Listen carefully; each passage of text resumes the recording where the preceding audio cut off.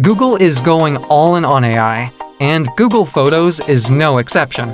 With features like Magic Editor already in play, a new update is on the horizon to enhance the user interface. A recent report reveals that version 7.6 of Google Photos hints at a refresh for the reimagined feature in Magic Editor.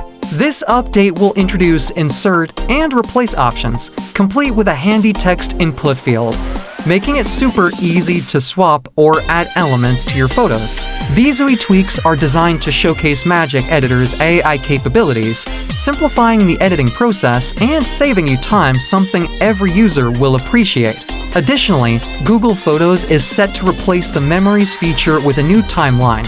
And if you're a Pixel 8 or 9 user, you can now tackle complex HDR edits without sacrificing quality.